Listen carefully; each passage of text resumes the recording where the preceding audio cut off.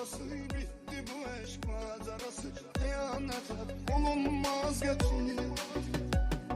Sen tek özünü beğenenler, güzelliğine güvenenler ucuzlaştırır mehabbet.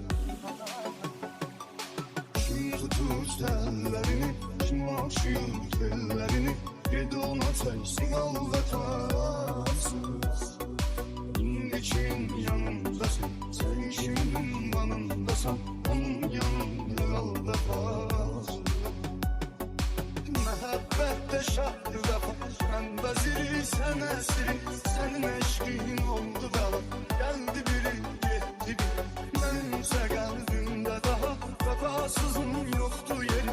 Gidirsense sık kedama, dönme geri dönme geri. Mehabbette şartlı vefa, ben veziri sen esiri, senin eşkin oldu bela. Geldi biri gitti biri, benimse kalbimde daha vefasızın yoktu yeri. Gidirsense sık kedama, dönme geri dönme geri.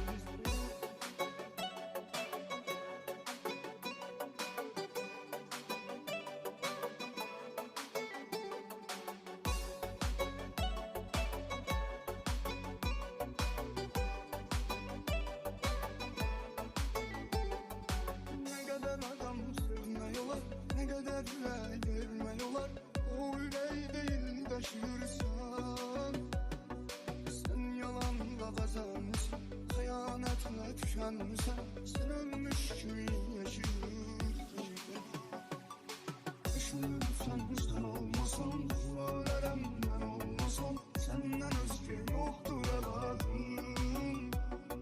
Saç biçil o hayaldasın, bir özle bağlı haldasın, ama sana yoktur ihtiyacım. Elvida gödel elvida, ne eylesem yok eydir. Neymiş mən hətta xuda, bağışlamaz bu tərs.